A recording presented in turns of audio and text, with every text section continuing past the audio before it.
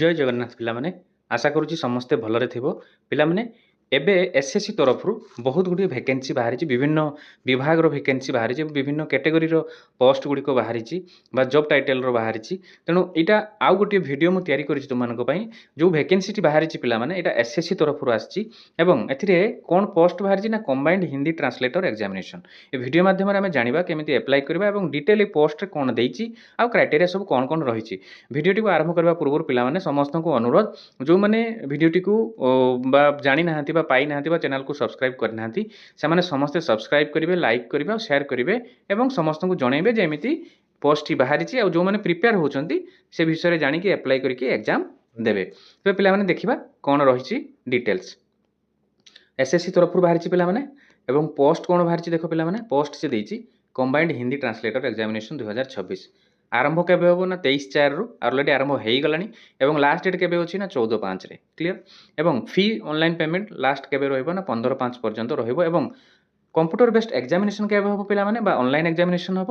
ଅଗଷ୍ଟରୁ September ଭିତରେ examination ହେବ ଏବଂ ସେଇଟା ଆପ୍ଲାଏ କରିସାରିଲା ପରେ କିଛି ଦିନ ପରେ ଏସ୍ଏସ୍ସି ତାର ୱେବସାଇଟ୍ରେ ବାହାର କରିବ ୱେବସାଇଟ୍ କ'ଣ ରହିବ ନା ଏଇଠି ଦେଖ ପିଲାମାନେ ସେ ଦେଇଛି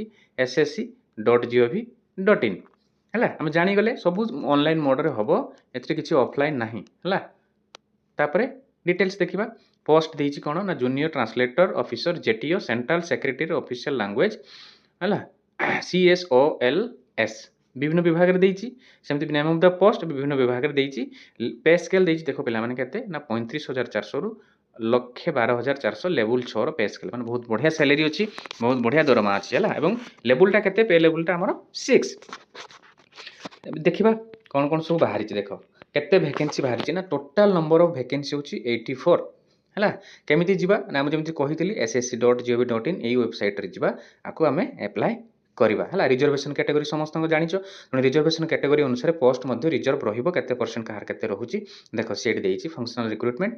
ସୁଇଟେବଲ୍ କ୍ୟାଟେଗୋରୀ ବେଞ୍ଚମାର୍କ ଡିସେବିଲିଟି ୟାକୁ ମଧ୍ୟ ଦେଖିବା ହେଲା ଜୁନିୟର ଟ୍ରାନ୍ସଲେଟର ହିନ୍ଦୀ ଏଠି ମଧ୍ୟ ସେ ଦେଇଛି ଦେଖ ପିଲାମାନେ ଏବଂ ଫଙ୍କସନାଲ ରିକ୍ରୁଟମେଣ୍ଟ ଏସ୍ଟି ମାନେ କ'ଣ ଷ୍ଟାଣ୍ଡିଂ ୱାକିଂ ବେଣ୍ଡିଂ ରିଡ଼ିଂ ଏଇ ଟାଇପ୍ର ଜିନିଷ ଯେଉଁ ରହିଛି ଆମର କ୍ୟାଟେଗୋରୀ ଆସୁଛି ତାର ଫୁଲ୍ ଫର୍ମ ଗୁଡ଼ିକ ଦେଇଛି ତାକୁ ଭଲ ଭାବରେ ଜାଣିବା ଯେଉଁ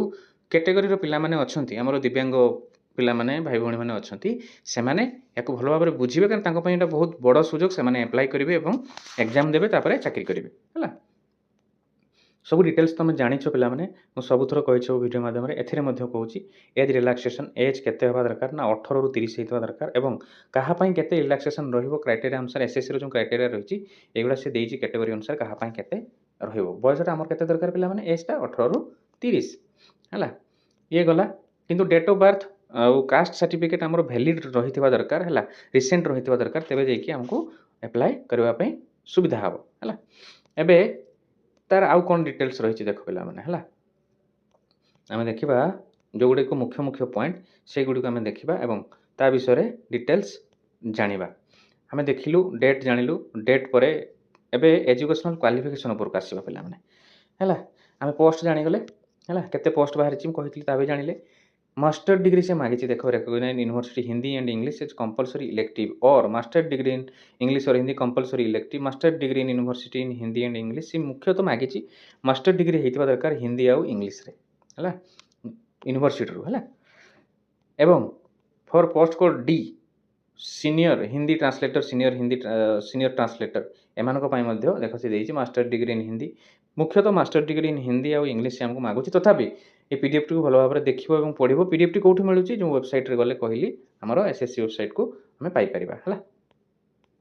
एजुकेशनल क्वालिफिकेशन जानिले फी केते रोची how to apply and application fee apply केमती करबा देखो पिला माने ए देखो से नोटिस बा पीडीएफ टी पढ़ा कौ डेट रे बाहरी एवं वेबसाइट टी होची एटा ssc.gov.in है आउ वन टाइम रजिस्ट्रेशन करेंगे पिला माने एवं तापरे एप्लाई करेंगे है एप्लाई करने केते फी मागी देखीदेव फीटा कौटी लिखी हाँ 100 टंका है पिला माने 100 रुपीज से मागी आमको 100 टंका कौ मानकर अच्छी कौ मानकर नहीं ता भी ये भल भाव में देखो देखिए एप्लाई कर क्लीयर एवं कौटू केते पर्यंत रहिबो हमर ऑनलाइन ना 19/5 रु 20/5 पर्यंत रहिबो window for application form correction जदि किसी भूलभाल होइतिबो ताले एतिक तारीख भितर आम करेक्शन आउथरे करिकी सबमिट करि परिबा application clear centre of examination जे जो सेंटर रु आसुचंती सेमती सेंटर रे करबा पई पड़ो है एसएससी सबुत सेंटर सबू स्टेट को लक्ष्य करी सब हेडक्वार्टर को लक्ष्य करी आमर थाए मुख्यतः आम देखा जे आम ओडार कौन कौन सब रही सेंटर आम देखिकी एप्लाय करवा है ये गला सेंटर तापर स्कीम ऑफ एग्जामिनेशन देख पेपर 1 पेपर 2 प्रथमटा रहिबो सीबीटी हमरो जो रहिबो choice multiple choice computer based mode part 1 general Hindi part 2 100 mark परीक्षा हबो हला एटे देखो पिला मन देछि केते समय केते कोन तापर डिस्क्रिप्टिव आसीबो पेपर 2 ट्रांसलेशन एंड एसे को 200 मार्क एंड ये हला ये गला तारो स्कीम ऑफ एग्जामिनेशन आउ कोन रहिबो ए देखो पिला माने based on website candidates may go through the answer keys and submit online representation if any within the time limit commission on payment of 50 per question which non refundable okay एटा दरकार हबनी जो माने परीक्षा देइथिबे ठीक ठाक थिबो सब ओके हबो हला ए देखो कंप्यूटर बेस्ड एग्जामिनेशन रहइबो एवं पेपर 2 टा रहइबो translation and essay clear admission to the examination आमे तो जीवा परीक्षा देबा सब जानि चंती एवं कोन कोन डॉक्यूमेंट्स थिबा दरकार voter ID PAN card driving licence passport हला स्कूल कॉलेज आईडी कार्ड एवडा वैलिड थिबा हम पाखरे दरकार है एजुकेशन क्वालिफिकेशन सर्टिफिकेट सी गला एवं पोस्ट प्रिफरेन्स कौन रही कौन ना ये सेकेंडरी पार्ट आम भल भाव में पढ़ी परीक्षा देवा मोड ऑफ इलेक्शन हाँ यहाँ गोटे मुख्य कथा रोचे